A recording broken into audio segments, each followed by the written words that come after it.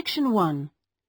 You will hear a telephone conversation between a woman and the reservations clerk at a conference centre. First, you have some time to look at questions 1 to 5.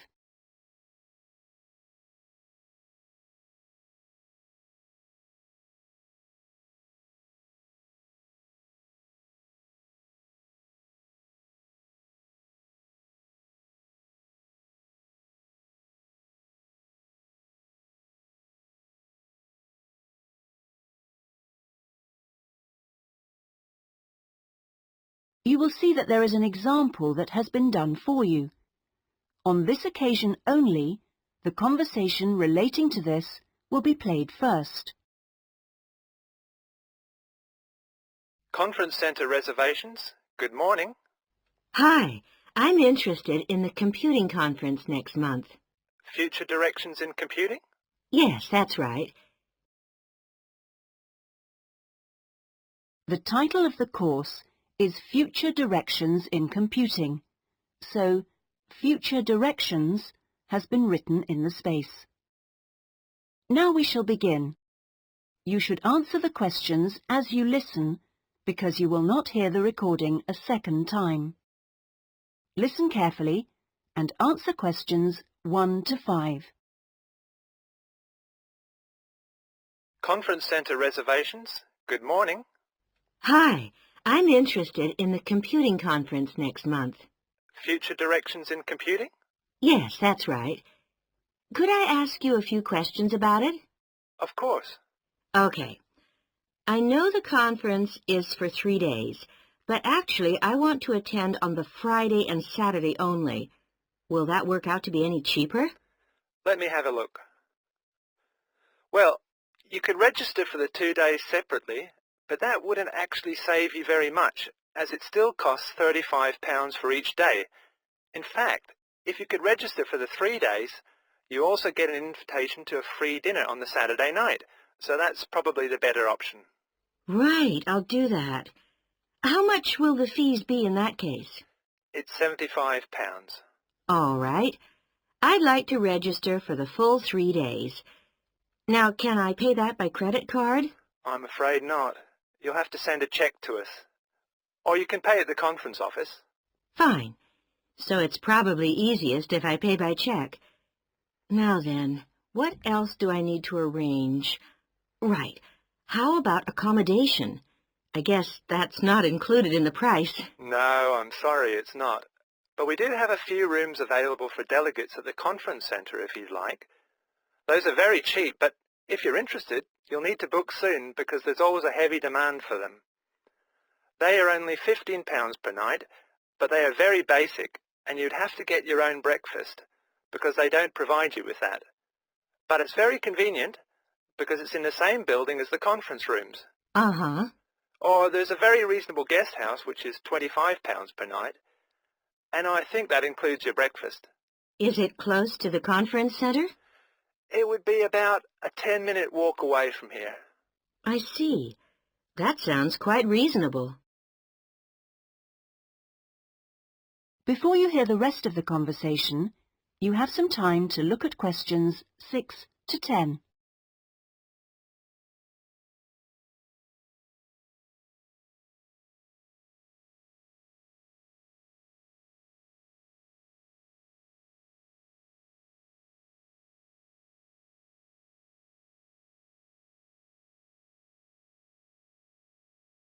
Now listen and answer questions 6 to 10. The details are all in our conference pack, which I'll send you. Great, thanks. That'll be very useful. Oh, and can you also send me an application form? Of course. I'll get that in the post to you straight away. Is there anything else? Yes, actually. Can you tell me where exactly the conference center is? Well, it's on South Park Road, and it's right at the end of the road next to the library. It's a 10-minute taxi ride from the station and will cost you £5. Otherwise, you can take the bus, which runs every half an hour from the station. That's the 21A, and it brings you straight to the conference centre. Right, got that. That is the end of section 1. You now have half a minute to check your answers.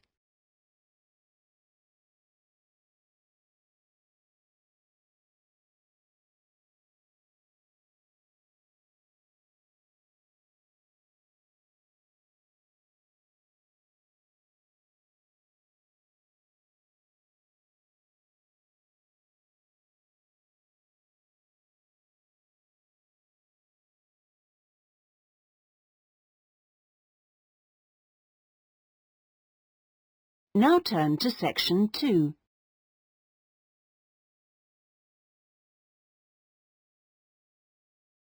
Section 2. You will hear an introductory talk to a group of temporary workers at an international travel exhibition. First, you have some time to look at questions 11 to 13.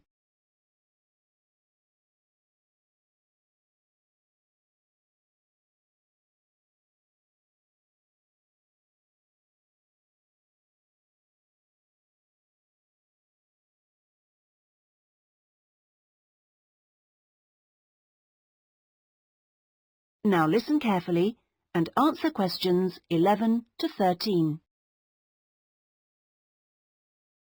Good morning and welcome everybody. I'm Jenny Stewart and I'm the staff manager here at the Exhibition Centre. We're expecting this year's International Travel Exhibition to attract over 10,000 visitors a day, ladies and gentlemen, and you are among the 200 extra staff recruited to help look after them. Now, to help things run smoothly, we have divided you into 4 teams: the blue team, the green team, the red team and the yellow team. So first, I'll explain how the teams are divided up, and then we'll be giving you colour-coded T-shirts so we can identify you more easily. First of all, those who will be looking after the phones and handling all calls regarding the exhibition, you will be on the red team. Now, we've also put the entrance staff on the red team, and you'll be stamping the entrance tickets and giving out publicity leaflets, okay? Those of you involved in distributing entrance tickets will be on the yellow team, and we've also put those of you who will be staffing the information booths around the conference centre on the yellow team, so you'll be getting a yellow T-shirt. Now, most of the hospitality staff have been put in the blue team, so the chefs among you and the kitchen hands will all need a blue T-shirt, but because of the sheer numbers, all waiting staff will be on the yellow team, and this includes the bar staff among you. Those who will be monitoring and directing the traffic in the car parks are on the green team, so you'll need to get a green T-shirt. This year, we've also employed a considerable number of attendants to direct the human traffic around the conference centre. Now, you'll be working in the exhibition hall at all times, giving directions and generally helping people whenever you can. And you will be in the red team, so please collect a red T-shirt. Before you hear the rest of the talk, you have some time to look at questions 14 to 20.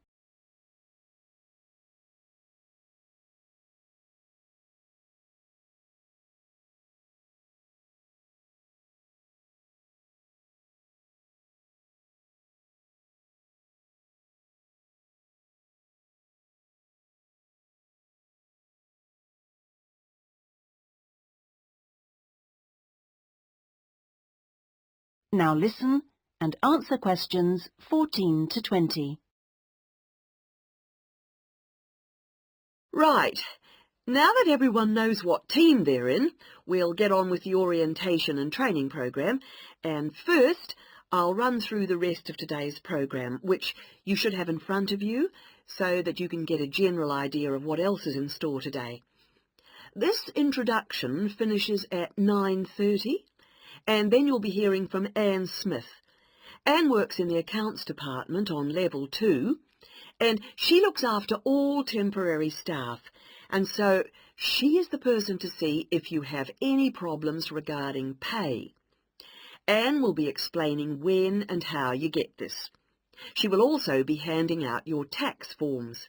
And I will just stress that All tax forms must be completed and returned to Anne before your pay can be processed. Following Anne's talk, you'll hear from Peter Chen, our conference manager, and he will be going over a plan of the conference centre with you, which will help you to orient yourselves. He will also go through the security arrangements with you and show you the fire exits. Then at 10:30, there will be a coffee break in the staff canteen, which is located down on the ground floor. Now, after the break, we'll be moving to a different location for a video presentation, so instead of coming back here, we'd like you all to go to Lecture Room 311. You'll find it on this same level just down the hall, and there you will be shown a video about important safety issues in the workplace called Safety at Work. We'll finish off the morning with lunch, which should give everyone a chance to meet and get to know each other, and we'll be serving you a buffet lunch in the main hall, which is on the first floor from 12 o'clock. After lunch, you'll be divided up into your teams to meet your team leaders, and we're hoping to be all finished by 3, so I won't delay you any longer, and I'll hand over. That is the end of section 2. You now have half a minute to check your answers.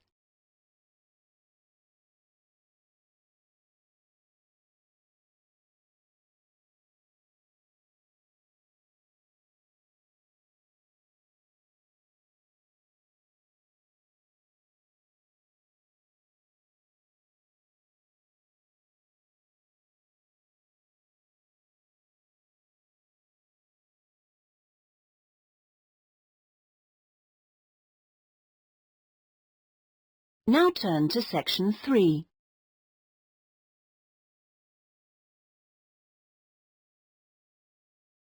Section 3. You will hear a conversation between a librarian and an education student. First, you have some time to look at questions 21 to 27.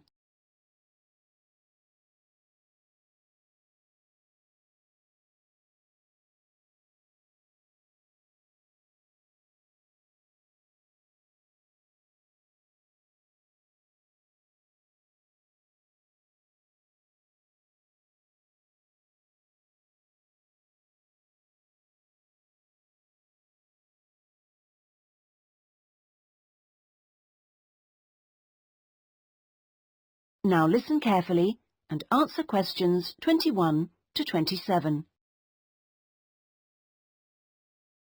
Good afternoon. Can I help you? Good afternoon.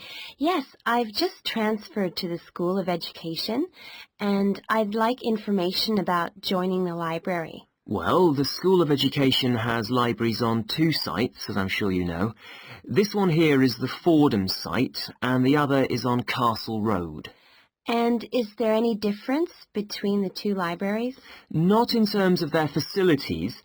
Access to online databases and the internet is available at both sites, and each site has a range of reference materials on education. Oh, yes, I see.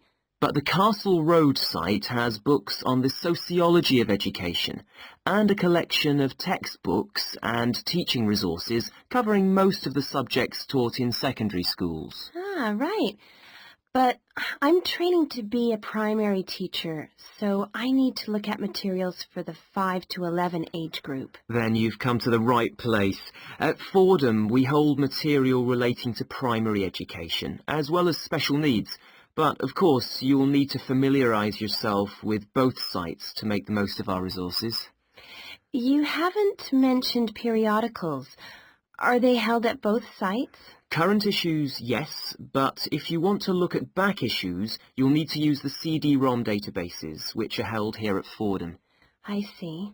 Now, about borrowing books, I'm living out of town, so I'm hoping I can borrow quite a few items and cut down on the number of trips I have to make. Right, well, members can borrow 2 books at a time from each site. Only 2 books? Only 2 from each site, but that's 4 altogether. Oh, I see.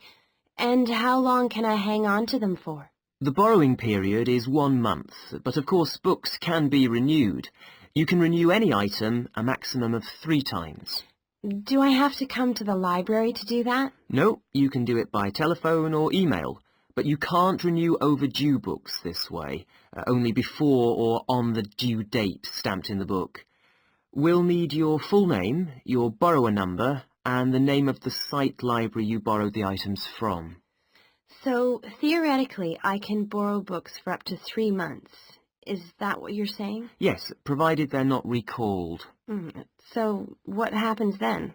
Well, sometimes an item is requested by another borrower, in which case we'd send you a letter and you'd have to return the book within 7 working days.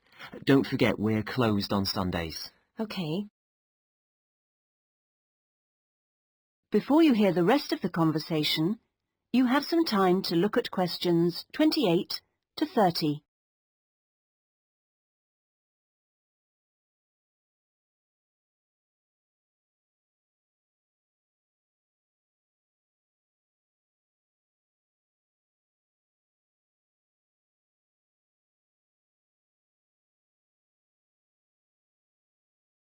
Now listen and answer questions 28 to 30. I expect it'll take me a while to find what I need. There's such a lot here. Yes, there is. But if you need help getting started, this term we're running 3 study skills workshops. Oh? What are they on? Let me see. The first one's on resources. Yes, here it is. How to use the library's resources. That includes everything, not just the print and technical resources. That sounds useful. Is there anything on using the internet? Let's see. The one on the internet for beginners was last term. This term it's finding research materials online. That sounds interesting too. What's the last one? It's a workshop on dissertations. What do you mean? How to write one? No, it's more to do with academic writing conventions. You know, writing a bibliography and how to refer to sources in your text, that sort of thing. Anyway, here's a leaflet with information about all 3. Oh, thanks a lot. That'll be very useful. You're welcome. That is the end of section 3. You now have half a minute to check your answers.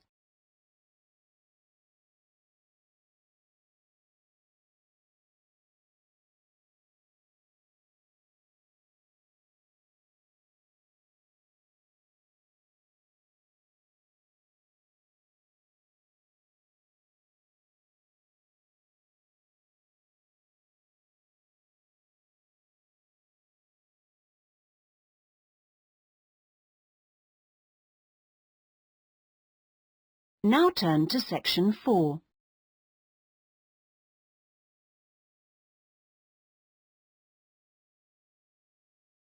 Section 4.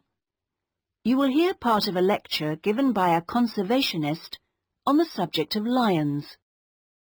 First, you have some time to look at questions 31 to 40.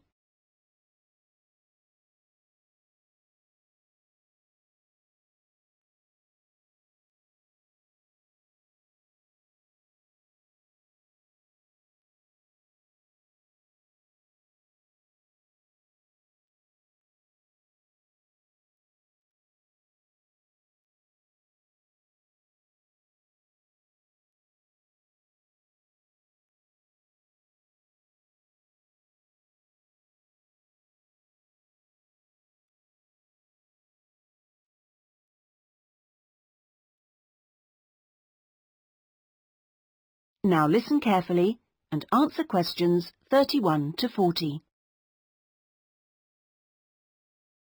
Well, most people think that lions only come from Africa. And you would be forgiven for thinking this because in fact most lions do come from Africa. But this hasn't always been the case.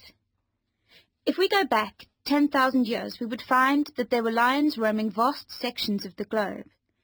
But now, unfortunately, only very small sections of the lion's former habitat remain. My particular interest is Asiatic lions, which are a subspecies of African lions. It's almost 100,000 years since the Asiatic lion split off and developed as a subspecies. At one time, the Asiatic lion was living as far west as Greece, and they were found from there in a band that spread east through various countries of the Middle East all the way to India. In museums, you can now see Greek coins that have clear images of the Asiatic lion on them. Most of them are dated at around 500 BC. However, Europe saw its last Asiatic lion roaming free 2,000 years ago. Over the next 1900 years, the numbers of Asiatic lions in the other areas declined steadily. But it was only in the 19th century that they disappeared from everywhere but India. So, how can you tell an Asiatic lion from an African lion, with which you're probably more familiar? Well, in general, Asiatic lions are not as big as African lions. The colour is more or less the same, but the appearance of the mane is different. That's the hair around the lion's face and neck. The Asiatic lion's mane is noticeably shorter than the African lion's. Asiatic lions also have a long fold of skin on their undersides, whereas not many African lions have this.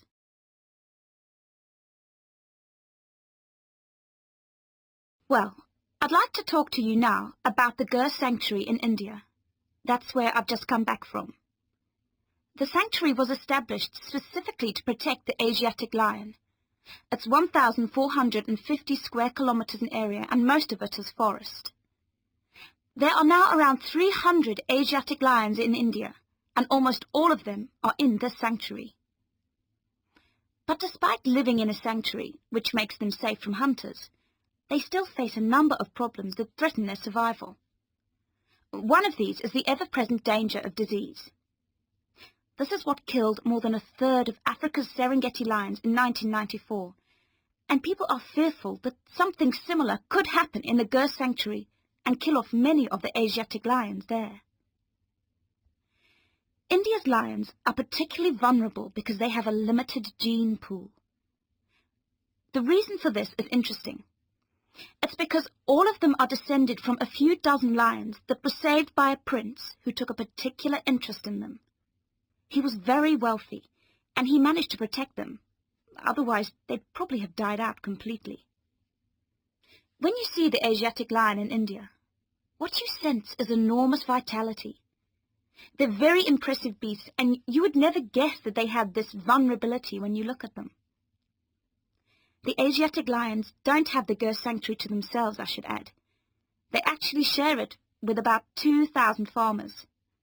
A significant proportion of the lion's diet is made up of the livestock of these farmers, goats, chickens, and so on, as much as a third, in fact.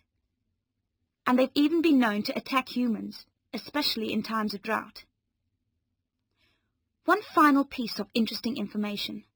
In ancient India, one of the greatest tests of leadership for a man was to fight a lion. Now, it seems, in modern India, it will be a great test to see if the lion can be saved. I'm sure this is something that all of you will share concern for too. That is the end of section 4. You now have half a minute to check your answers.